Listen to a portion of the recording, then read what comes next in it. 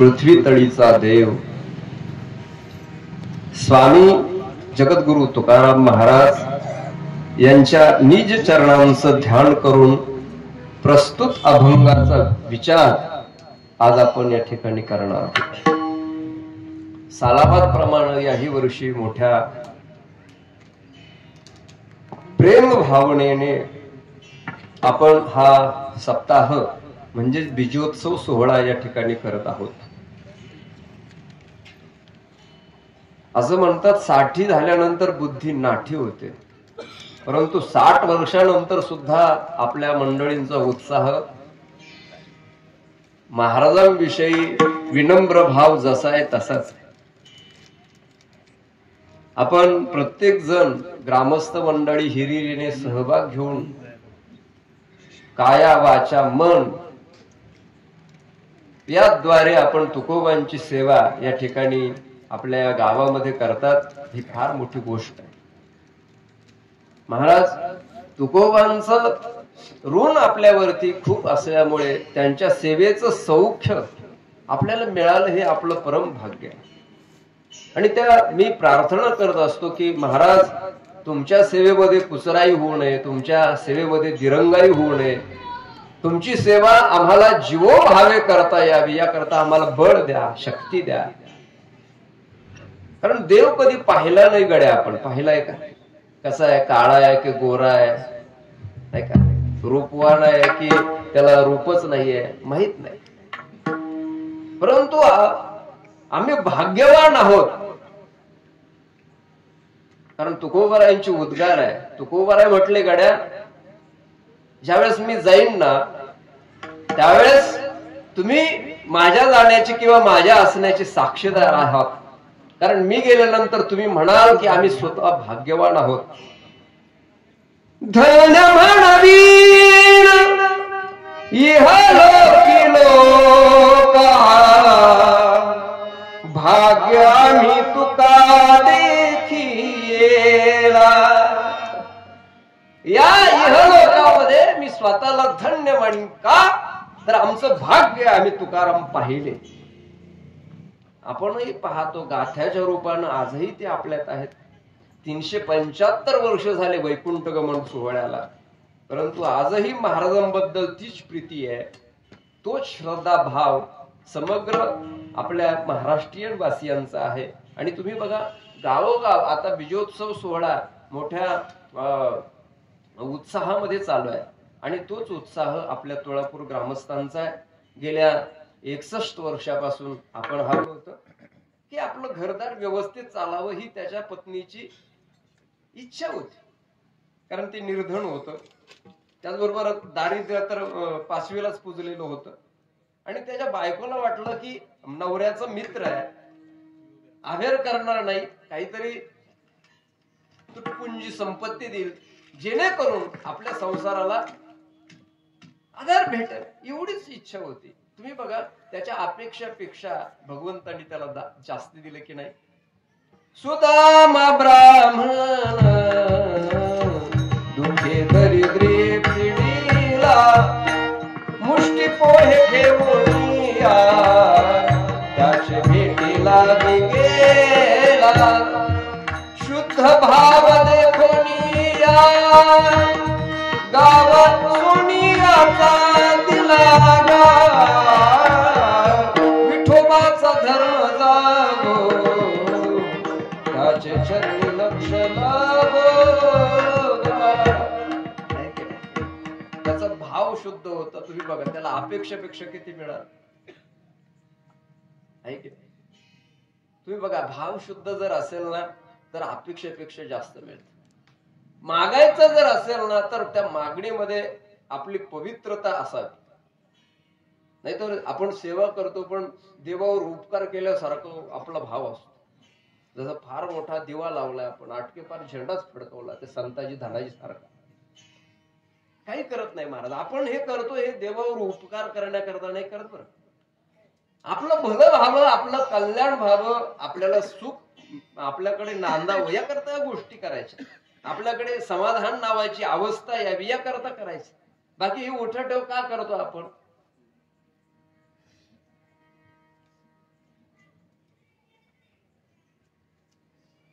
हा देव हा प्रतिनिधी आहे बरं. म्हणजे आपल्याला वाटतं की तो देणार आहे करणार आहे, खरं तर जो खरा देव आहे ना तो काही करत नाही, त्याला आपल्या संसाराविषयी काही घेणं देणं नाही.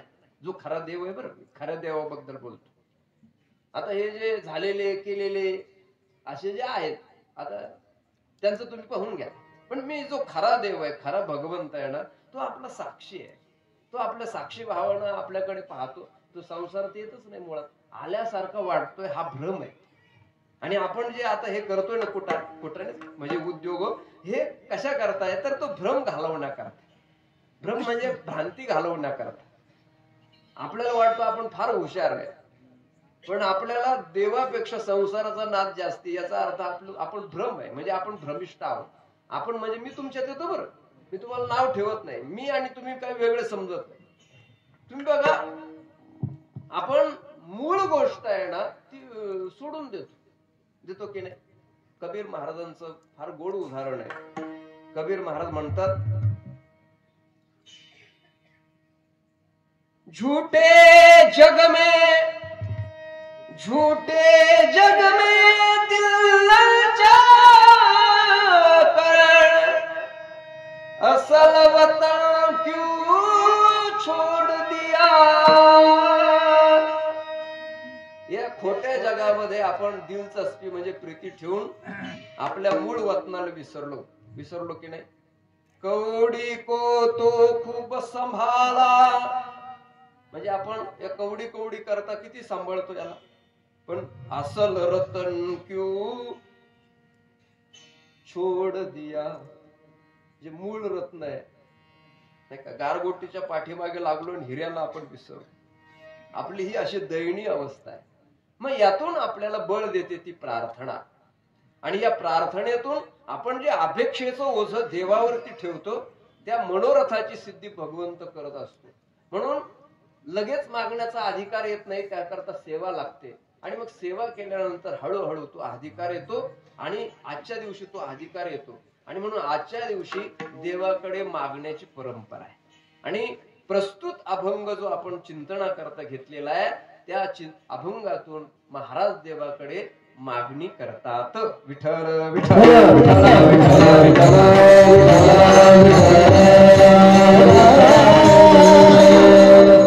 पण पहिली शंका अशी आहे, तुकोबा त्यांचं चरित्र जर आपण पाहिलं तर तुकोबा हे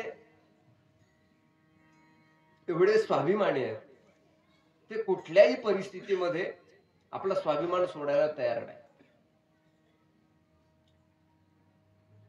म्हणजे अगदी करवती खाली देह घालण्याची वेळ आली तरी महाराज म्हणतात, आम्ही त्याच्या पुढे नतमस्तक होणार नाही. त्याला म्हणजे नतमस्तक म्हणजे त्याच्या पुढे लाचार होणार नाही.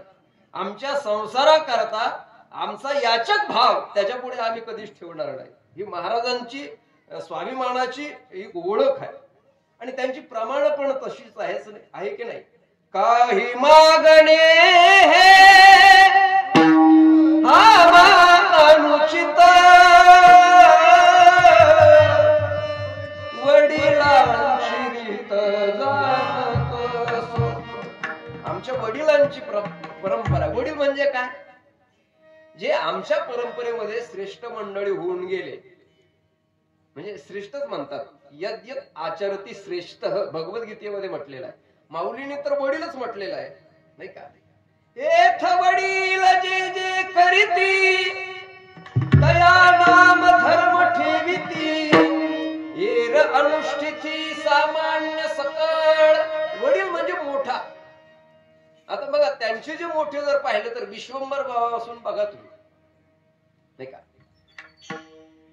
विठोजी पदाजी ही जी मंडळी होऊन गेली, यांनी कधी देवापुढे हात पसरलाच नाही. तर मग महाराज म्हणतात, मी तरी का पसराव.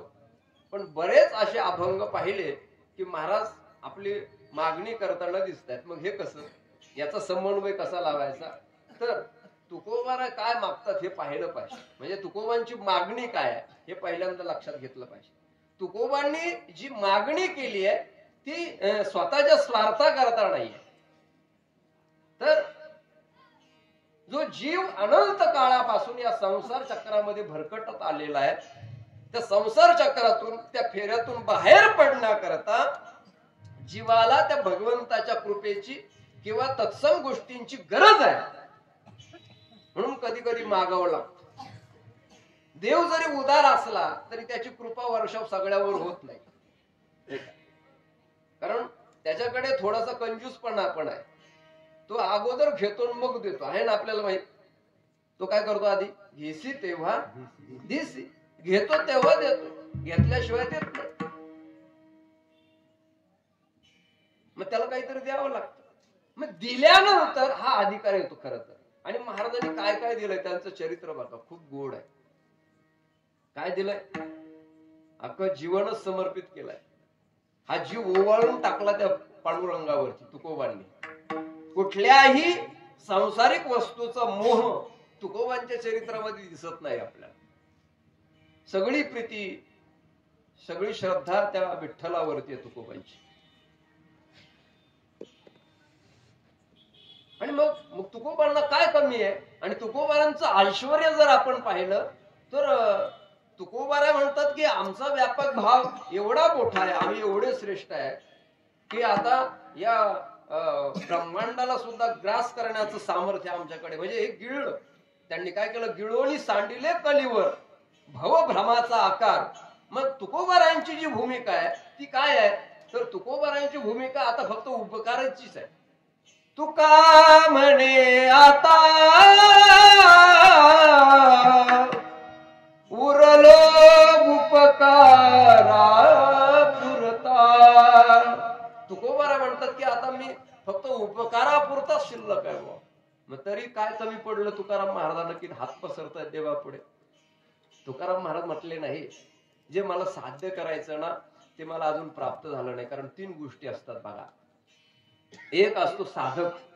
साधक कुणाला म्हणतात, जो साधना करतो. म्हणजे कुठलीही साधना असते. साधना निरनिराळ्या प्रकारच्या, नाना साधना आहे, अनंत साधना आहे. कुठलीही साधना करतो कशा करता, साध्य प्राप्ती करता. आणि मग तुम्ही बघा, त्याला साध्य प्राप्त झाल्यानंतर त्याची सिद्धता होती, त्याला सिद्धी म्हणतात. अशा 4 गोष्टी आहेत. पण 3 प्रमुख गोष्टी आहेत. जो क्रिया करतो तो, म्हणजे जो काहीतरी करतो तो असा साधक.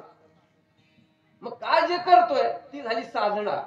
आणि त्यातून त्याला जे काय मिळतंय त्याचं नाव आहे साध्य. विठ्ठल विठ्ठल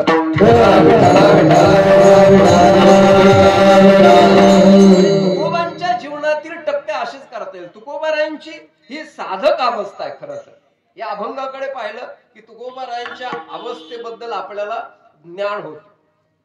आता जी तुका म्हणे आता उरलो उपकारापुरता, ही सिद्धता आहे तुकोबारांची.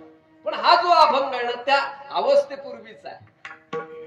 तुकोबार अजून सिद्ध झालेले नाही. म्हणजे ते आता ब्रह्मावतारच आहे. पण चरित्राच्या दृष्टिकोनातून विचार जर केला तर साधकाच्या रूपाने पाहिलं तर ती सिद्धता आलेली नाही त्यांच्याकडे. ती तळमळ आहे की ती साध्य आपल्या हाताशी लागावं. आणि म्हणून तुकोबार आहे देवापुढे जातात आणि पांडुरंगाला म्हणतात, पांडुरंगा अजून माझी ब्राह्मी स्थिती झालेली नाही. तू मला अजून व्यापक अनुभवाला आलेला नाही. अजून तू संकुचित मला वाटतं. पण सगळं जग मला ब्रह्मरूपानं प्रतीतीला यावं. म्हणजे सर्व जग मला विठ्ठल भासावं, मला विठ्ठल दिसावं, ही माझी इच्छा आहे. आणि ही माझी इच्छा, हे माझं मनोरथ तूच पुरवू शकतो, दुसरा कोणी समर्थ नाही. विठ्ठल विठ्ठल विठ्ठल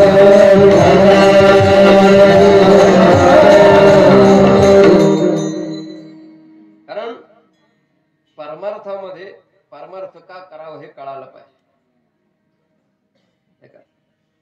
सप्ताह जोरात असला आणि बुवा जर प्रतिभाशाली जर असला तर लोक त्या बुवाच्या मोहात पडतात.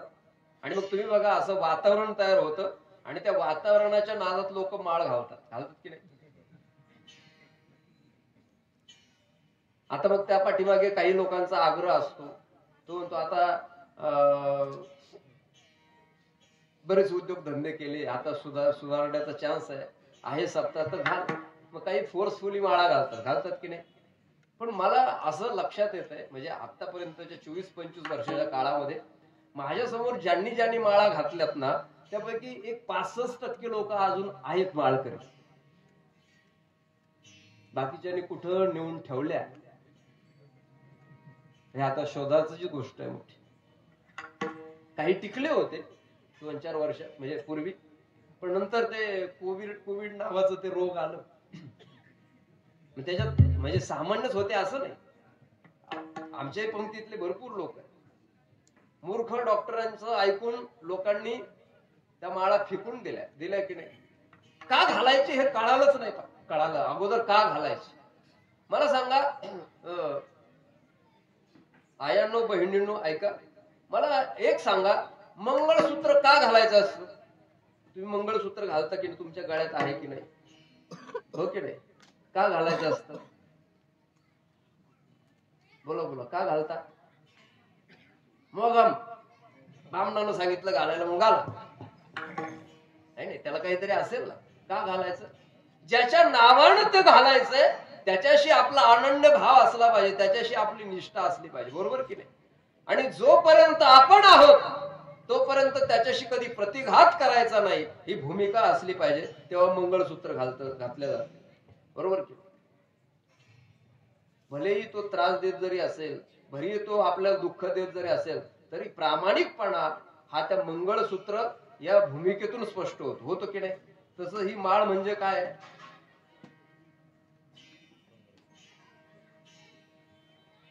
त्या खऱ्या नवऱ्याचं ते प्रतीक आहे. कारण आपला खरा नवरा तोच आहे. आता चुकून हा नवरा आलाय पदरात पडला, हा काय खरा नवरा नाही. तो वाटतोय खरा, तो काही कालापुरताच आहे. पूर्वी काय हा नवरा होता का आपल्याला? बरं आता वाटतोय. बरं गेल्यानंतर, इथल्या शरीराचा त्याग केल्यानंतर येईल का सोबत नवरा? आपल्याला वाट लावल्यावर तो दुसरीची तयारी करेल की नाही?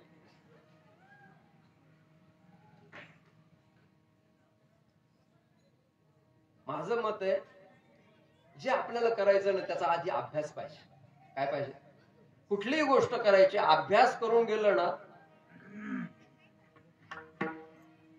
त्यामध्ये आपल्याला काही कमी पडत नाही. अभ्यासच करून नाही गेलं लेकरू वर्ग परीक्षेला काय ढेकळं लिहितात पेपर मध्ये. अभ्यास पाहिजे. अभ्यास म्हणजे काय? जी गोष्ट करायची आहे ती पुन्हा पुन्हा पुन्हा पुन्हा पुन्हा पुन्हा करत राहणं, याला म्हणतात अभ्यास. बरोबर की? तूप खाल्यानंतर रूप येत नसते. माळ घातल्यानंतर जबाबदारी अंगावर आहे. माळ घातल्यानंतर आपण संप्रदायामध्ये एंट्री केली, मग संप्रदायाची भूमिका आपण समजावून घेतली पाहिजे. संप्रदाय म्हणजे काय?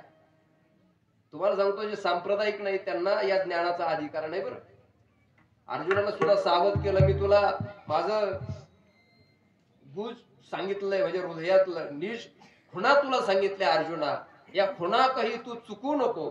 आता हे चुकू नको. आणि तुला एखादा विचारेल तुला हे कसं प्राप्त झालं, तर जो पात्र आहे त्यालाच सांग, दुसऱ्याला सांगू नको.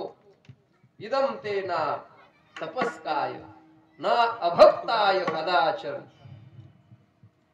ते म्हटले तपस्वी जर नसेल सांगू नको, तो भक्त जर नसेल तर सांगू नको, त्याच्याकडे श्रवण नसेल सांगू नको, त्याच्याकडे गुरु भक्ती नसेल तर अजिबात सांगू नको.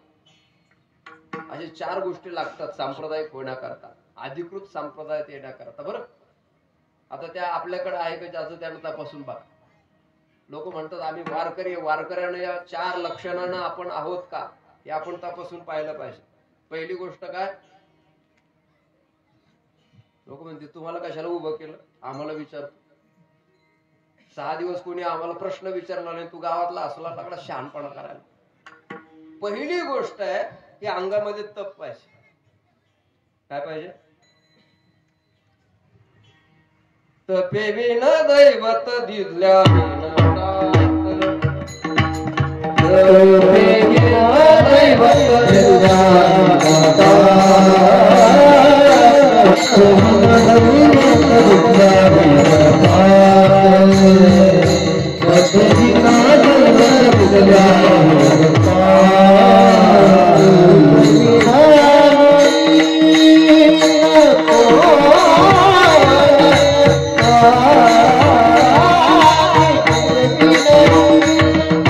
Oh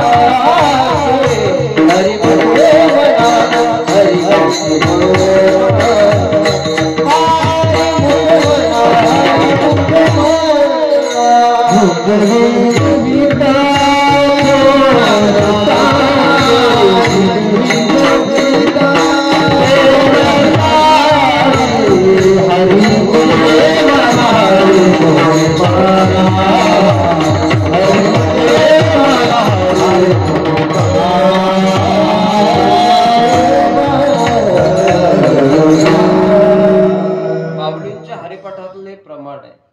कुठलंही दैवत प्राप्त करायचं जर असेल तर काय लागतं अंगामध्ये? तप लागतं. तपोहीन माणसाचं काही काम नाही. आणि तप हे पुन्हा पुन्हा एखादी गोष्ट करून अंगामध्ये तयार होत. कुठे बाजारात विकत भेटतं काय तप? हा, तूप भेटेल बाबा, म्हणजे शुद्ध देशी गायचं भेटेल, पण तप हे स्वतःलाच ती कृती करावी लागते. माणूस तपस्वी असला पाहिजे, बरोबर की? आपलं शरीर योग्याचं असलं पाहिजे का भोगी असलं पाहिजे? ज्याचं त्यानं ठरवायचं. तुम्हाला सांगतो, तप करायचं जर असेल तर 3-4 भाकरीचा मुर्दा पाण्यात जर असेल तर कमीत कमी त्याचं प्रमाण कमी करावं लागेल, नाही का? 3 वेळा जेवत जर असेल तर कमीत कमी 2 वेळा जेवावं लागेल. 2 वेळा जेवत असेल तर 1 वेळा जेवावं लागेल, बरोबर की नाही? 2 तास मोबाईल पाहत जर असेल तर आपल्याला अर्धा तासावर यावं लागेल, नाही का? तप आहे ना, हे डोळ्यांचं तप होईल. काही ऐकत असेल, सिनेमातले मूव्हीतले गाणे जर ऐकत जर असेल तर कमीत कमी आपल्याला भजन ऐकलं पाहिजे, आपल्याला काहीतरी सत्संग श्रवण केला पाहिजे, तर या कानातून तप होणार आहे. या वाचेनं काहीतरी गोड बोललं पाहिजे, जिव्हारी लागेल असं नाही बोललं पाहिजे, तर या वाणीचं तप तयार होईल. हे तप आहे ना, आपल्याला करता येतं, काही कुठे जाण्याची गरज नाही, घरी बसल्या बसल्या करता येतं. तुकाराम महाराजांनी तर आवाहन केलंय, सुखे येतो घरा नारायण. म्हटले की नाही महाराज, काय करावं लागतं? सुखानं तो घरी येतो. घर सोडायचं सांगितलं का? विपरीत अर्थ काढले लोकांनी. लोक म्हटले ते तप करायचं ना, आपल्याला कसं शक्य आहे? लोक इथेच हातपाय गाळतात. ते म्हटलं की आपलं काय काम आहे का? कोणाचं काम आहे? ते म्हणतात आता तुम्हाला देवाला सोडलेलं आहे, तुम्ही तुमचं पाहावं. नाही, प्रत्येकाची सर्वस्वी जबाबदारी आहे ना ती. प्रत्येकानं परमार्थात येताना आपली जबाबदारी ओळखली पाहिजे. त्याला म्हणतात साधक. आणि त्यानं निष्ठेनं साधना केल्या पाहिजे, व्रत म्हणून साधना केल्या पाहिजे. एकादशी व्रत म्हणून केली पाहिजे, ज्ञानेश्वरी व्रत म्हणून वाचली पाहिजे, हरिपाठ व्रत म्हणून केला पाहिजे, काकडा व्रत म्हणून केला पाहिजे, वारी व्रत म्हणून केली पाहिजे, बरोबर की नाही? व्रत म्हणजे कडक असतं की नाही? व्रत ही गोष्ट म्हणजे त्याच्यामध्ये पथ्य सांभाळावं लागतं, कळतं असतं की नाही? तुम्ही बघा, ते संतोषी मातेचं करता की नाही तुम्ही व्रत? त्याचं सगळं ते करावं लागतं की नाही? नाही तर मग देवीचा कोप होतं की नाही? व्रत म्हणून कुठली गोष्ट केली पाहिजे. आणि असं ज्यावेळेस काळ जातो, पुन्हा पुन्हा पुन्हा पुन्हा एखादी गोष्ट करतो, त्यावेळेस त्याला इच्छित साध्य होतं. लगेच भेटत नाही. भेटतंय का? नाही. कुठल्याही गोष्टीमध्ये स्ट्रगलच सांगितलेलं आहे. मला सांगा, एका अटेम्प्ट मध्ये युपीएससी त्याच्यामध्ये स्कोर मिळवणं एखाद्याला शक्य होतं, सगळ्यांना शक्य होतं का? नाही का? पुन्हा पुन्हा पुन्हा पुन्हा प्रयत्न करावा लागतो. जाऊ द्या, तुम्हाला हे कळालं नसलं तर 12वी नंतर NET आणि CET असे 2 परीक्षा द्याव्या लागतात. त्याला काय म्हणतात? नीट आणि सेट, बरोबर की नाही? सेटच म्हणतात त्याला, म्हणजे SET CET बरं. आणि मग तुम्ही बघा, त्याच्यामध्ये स्कोर आला नाही तर काय करावं लागतं? थकून चालत नाही, पुन्हा पुन्हा पुन्हा प्रयत्न करावे लागतात, बरोबर की नाही? तुम्ही तो 12वी फेल चित्रपट आहे, तुम्ही बघा त्यानं किती कष्ट केलेले, त्याचे कष्ट बघा त्या मूव्ही मध्ये. आणि सिनेमा मी पाहण्याकरता नाही म्हणत नाही बरं, ते पाहिलं पाहिजे, पण अगोदर त्यांना आपलं वाटोळं होणार नाही तरच पाहावं. त्यांना काहीतरी प्रेरणा मिळाली पाहिजे ना, त्याच्यातून आपल्याला काहीतरी मिळालं पाहिजे. नाहीतर वाया जाणारे विषय जर आपण अंगीकार केले तर, तुम्ही बघा आता छावा चित्रपट आपल्याला पाहायचा आहे, बरोबर की नाही? संभाजी महाराजांच्या जीवनातून, त्या त्यागातून आपल्याला प्रेरणा मिळाली पाहिजे. तुम्ही बघा, स्वराज्याबद्दल किती श्रद्धा आहे महाराजांची, राजांविषयी किती अपार माया आहे महाराजांविषयी. तुम्ही बघा त्या चित्रपटामध्ये जीव गेलाय महाराज, म्हणजे त्या औरंगजेबानं अत्यंत हलत केली तरी आपली स्वराज्याबद्दलची जी निष्ठा आहे, स्वामीबद्दलची जी निष्ठा आहे, ती त्यांनी सोडली का महाराज? नाही रे. आणि तुम्हाला सांगू, त्यांच्याबरोबर जो त्यांचा सन्मित्र होता कवी कलश नावाचा, मैत्री कशी असावी त्याचं उदाहरण आपल्याला पाहायला मिळेल. प्रेरणा भेटतात. नाही तर लोक वेगळ्याच प्रेरणा घेतात, नाही का? एखादी मुलगी आपल्यावर प्रेम करत नाही म्हणून तिच्यावर ऍसिड टाकून तिचा चेहरा जाळून टाकायचा, ही काय संस्काराची पद्धत आहे? अशा राक्षसी गोष्टी घेऊ नये, चांगल्या गोष्टी घ्यावी जेणेकरून आपल्याला सन्मार्गाकडे जाता येईल. आणि म्हणून साधकांना फार सावध राहिलं पाहिजे, कारण माया तो ठगडी पडे, ही माया फार फसवते साधकाला. महाराज अशी चिंबून काढते. सोपं काम नाही परमार्थ करायचं, म्हणजे शिळावरील पोळी आहे. ऐका ना तुम्ही लोक, ते म्हणतात तुमचं चालू द्या, आम्ही आमटी करता आलोय, एवढा एक भुरका मारला की बस आमचं चाल.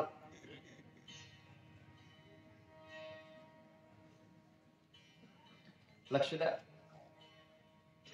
साधकाला सिद्धता प्राप्त होत नाही तोपर्यंत वारंवार प्रयत्न करावे लागतात. आणि मग प्रयत्न केले तरी त्या प्रयत्नाला यश येत नाही, तर मग ज्याच्याकडून काही अपेक्षा आहे त्याच्या पुढे पदर पसरावं लागतं. आणि मग महाराजांच्या अभंगात पाहिलं तर महाराजांनी प्रयत्न केले पुन्हा पुन्हा पुन्हा पुन्हा, म्हणजे देहूचा त्याग केला, भंडारावर गेले, भामचंद्रावर गेले, पुन्हा पुन्हा त्याच्या नाम साधनेमध्ये तल्लीन झाले. हा देहभाव त्याला त्या पांडुरंगाला त्यांनी समर्पित केला, तरीही काय यश यायला तयार नाही. म्हणून महाराजांनी सांगितलं की देवा, आता माझ्या आतली जी परिस्थिती आहे ती विमनस्क आहे. आता या युद्धामध्ये माझा संघर्ष आता हा फार पराकुटीला गेलेला आहे. याच्यातून आता तूच फक्त एक तारणहार ठरू शकतो, तूच मला तारू शकतो. मग काय कर, तर मला जो परमेश्वर आहे, तू जो आहे ना, तो एकदेशी दृष्टीला येतो. आता तो एकदेशीपणा माझा नष्ट व्हावा आणि सगळीकडे विठ्ठला मला तुझं दर्शन व्हावं. तुम्ही बघा, ही साधकाची भूमिका असते. तुम्ही बघा, अर्जुनानं सुद्धा 10व्या अध्यायापर्यंत भगवंताचं सगळं ऐकलंय. आता कृष्ण या रूपामध्ये अर्जुनाला देव काय ओळखीचा नव्हता का? ओळखीचाच होता. पण देवाला प्रार्थना केली तर म्हटलं, तू एवढ्या गोष्टी मला सांगितल्यात, पण तू नेमकं कसा आहे, तू कसा व्यापला या त्रिभुवनामध्ये, ती एकदा डोळे भरून पाहायचंय. मग ही इच्छा कोणाची आहे? त्या अर्जुनाची आहे. इथे सुद्धा तुकोबारांची या अभंगातली इच्छा ही विश्वरूप दर्शनाचीच आहे. कशावरून? तर महाराज म्हणतायत नर, नर म्हणजे पुरुष, नारी, नारी म्हणजे स्त्री, आणि बाळे म्हणजे ही जी बालक आहे ना, ही जी आहेत ना,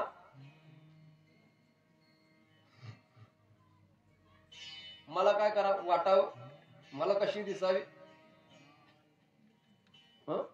तर नारायण स्वरूप दिसावी. अवघा नारायण, अवघा म्हणजे संपूर्ण नारायण. म्हणजे नुसतं आता नर नारी बाळे हे तर प्रतिनिधी आहे, पण जड सृष्टीमध्ये सुद्धा मला तू दिसावास. आता मला सांगा, आपल्याला दिसतं का? आपल्याला दिसत नाही. आपलाच प्रॉब्लेम आहे. दुसऱ्यात देव दिसतो का? आपलं बरं, आपल्यात तरी दिसतोय का? हो की नाही? आपली ओळख वेगळीच आहे. खरे तर आपण कोण आहोत? आपण खरे आपलं मूळ स्वरूप जर पाहिलं तर आपण कोण आहोत? मी, आपण सगळे कोण आहे? हे लहान लेकरं, बरोबर की नाही? हे इथे पिंपळाचं झाड आहे, बरोबर की नाही? हा मृदंग आहे, हा माईक आहे, इथे मोबाईल आहे, ही पाण्याची बॉटल आहे, ही खालची चटई आहे, त्याच्या खालची फरशी आहे. हे काय आहे सगळं? देव आहे. लोक म्हणते तुम्ही तर देवाच्या डोक्यावर उभे राहिले. आता त्याच्यामध्ये सुद्धा विपरीत अर्थ काढतात बरं लोक. शास्त्र काय सांगतं त्याचे विपरीत अर्थ काढू नये, त्याला अनुकूल असा अर्थ काढला पाहिजे की नाही? समजा साधका करता किंवा पंडिता करता सूत्र आहे, अर्धम त्यजति पंडिता, हा असं सूत्र आहे की एखाद्या वस्तूचा संपूर्ण नाश होत जर असेल, ती दृष्टी त्या वस्तूचा लय होत जर असेल, तर त्यापैकी थोडंफार वाचवण्याचा प्रयत्न करावा, असं शास्त्राचं मत आहे.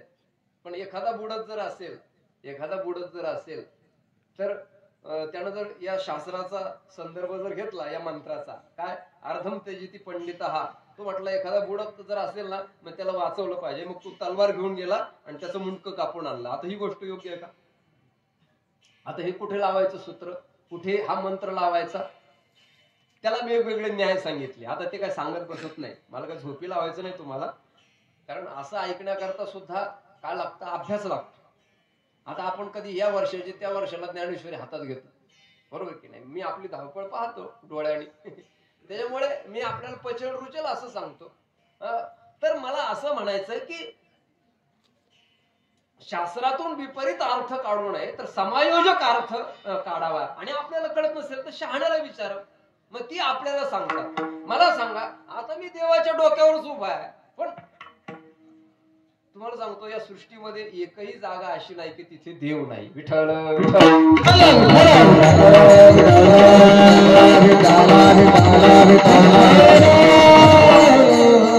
इथे जर हरी असेल तर तिथे सुद्धा काय आहे,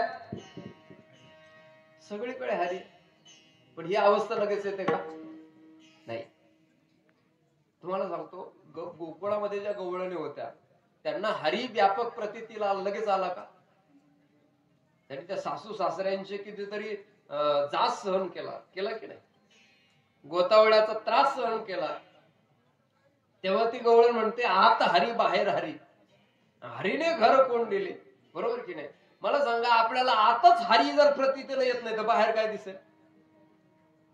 तुम्हाला सांगतो, बाहेर दिसण्याकरता आधी आतल्याचा तपास लावा लागतो. आपल्या आत हरी आहे की नाही? तुमच्या आत आहे की नाही? माझ्या आत आहे बघ. तुमच्या पाठीमागे तुमच्या सगळ्यांच्या आहे ना हात हरी, बरोबर की नाही? मग आपण हरिरूप आहोत खरे. पण आता काय झालं माहिती का, आपल्यावर असे म्हणजे कुसंस्कार बिंबवले आपल्यावर की आपले ते हरी पण आपण विसरलो. आता विसरलो की नाही? तुम्ही बघा, तुम्हाला जर हरी जर म्हटलं तर तुम्ही ओझ देणार नाही. पण मी म्हटलो बाळकृष्ण पाटील, मला म्हटले का तुम्ही असं म्हणाल की नाही? चांगदेव पाटील असं म्हणाल की नाही? कारण हे पाटील हे आपल्याला काय उपाधी लागली, म्हणजे त्या अधिष्ठानाला उपाधी लागली. उपाधी लागली म्हणजे काय? उपाधी म्हणजे काय? आपण डुबलो, आपली फसवणूक आहे. कारण उपाधी जी आहे ती तात्पुरती असते, उपाधी निघून जाते, बरोबर की नाही? आता सरपंच आहे आमचे गणभाऊ. आता मला सांगा, आता सरपंच म्हणतील, आता ही सरपंच ही उपाधी आहे, पण 5 वर्षानंतर उपाधी गेली. पण तुम्ही बघा, आपण देह ही उपाधी घेऊन जगतोय, शरीर ही उपाधी घेऊन जगतोय, आणि ज्या शरीराला अधिष्ठान असणारा जो हरी आहे ना, त्याचा आपल्याला पडला विसर. आणि विसर पडल्यानंतर काय आपल्याला लाडून बर्फीन पेढे भेटणार नाही. मग विसरली तया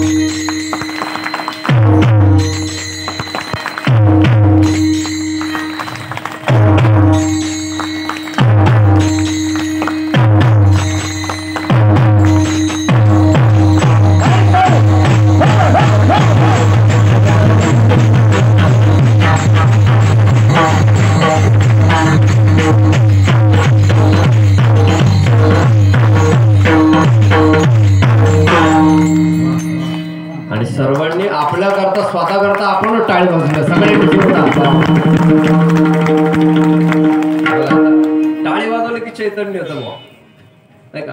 नामस्मरणानं काय होतं, टाळी वाजवून पातकांची घोडी होते, म्हणजे दोष जवळ येत नाही. आणि म्हणून आपण हे भजन केलंय, अभंगामध्ये प्रवेश केलाय. 15 मिनिटं आपल्याकडे, 15 मिनिटांमध्ये आपण समायोजक अर्थ मांडण्याचा प्रयत्न करूया. आता हा हार घातलाय ते गावातल्याच महाराजांकरता होता का मला कळे ना. आमची तर सकाळपासून तयारी चालू होती. मी म्हटलं आपलंच आता स्वमहिमा काय करावं, स्वतःच कौतुक करायचं.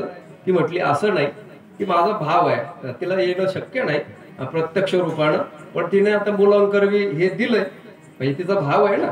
असो, हा पोहोचला नाही का. कारण पहिल्या दिवशी आपणचं कीर्तन होतं आणि आपण सुद्धा हा हार होता. आणि तुम्ही बघा या हाराची किंमत आता खरं तर माझी तर पात्रता नाही, कारण तुळशी हे पवित्र आहे आणि तुळशीचा महिमा. सुगंध आला ना तुम्हाला, आणि तुम्हाला सांगतो केमिकलची तुळशी पिण्यापेक्षा आपल्या घरी जर लावली तर याचा चहा पिला तर तुम्हाला सांगतो आयुष्यभर कधी डायबिटीस होणार नाही, कधी अटॅक येणार नाही, एवढं आहे. ताप आला तर हे याच्यामध्ये काय आहे, तुम्ही गोळी कुठली खाता ताप आल्यावर, पॅरासिटामॉल. ते तुळशीमध्ये पॅरासिटामॉल आहे, एवढी उपकारक आहे. आणि तुम्ही बघा चुकीचा माणूस घरी येतच नाही तुळशी लावल्यावर, कारण याला वेव सुधारतात आपल्या अंगणातल्या आपल्या घरातल्या. म्हणून ही तुळशीचं आपल्याकडे एवढं महत्व आहे. आणि संप्रदायामध्ये विठ्ठलालाच आवडते की नाही तुळस, अतिप्रिय आवडे तुळशी बुक्का. आणि तुम्ही बघा त्याला एवढी आवडते तो घालून घेतो, बरोबर की नाही. तुळशी हार का सोन्याचे हार गाळा आहे त्याच्यात, तुळशीचे हार आहे. तसं आता आमचा देवच घालतो म्हणून मी घालून घेतलं, कळलं ना तुम्हाला. विठ्ठल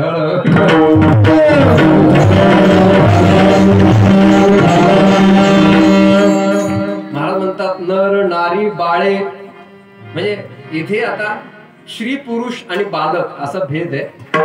यांच्यामध्ये अवघ म्हणजे संपूर्ण मला नारायण प्रतीतील यावा असं माझं मन तू कर. आता परमार्थ हा ना सगळं मनावर खेळ आहे.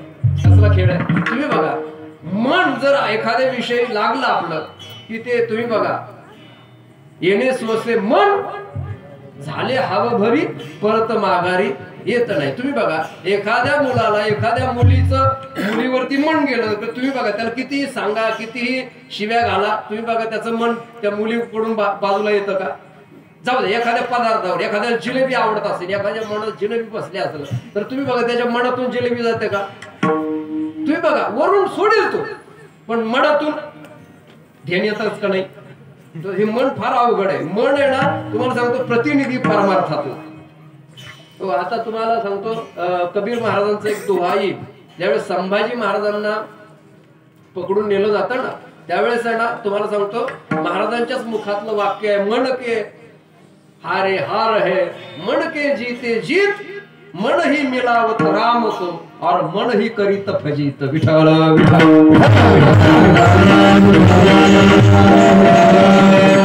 त्यांनी वेगळं घेतलंय नंतरच, पण हे कबीरांचा दोहा आहे.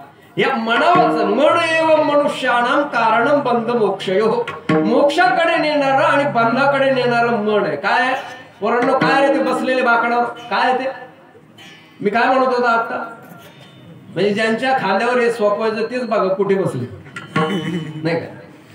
म्हणजे आता ज्यांना गरज आहे तुम्हाला सांगतो माझ्या आया बहिणींना दादांना वडिलांना विनंती आहे.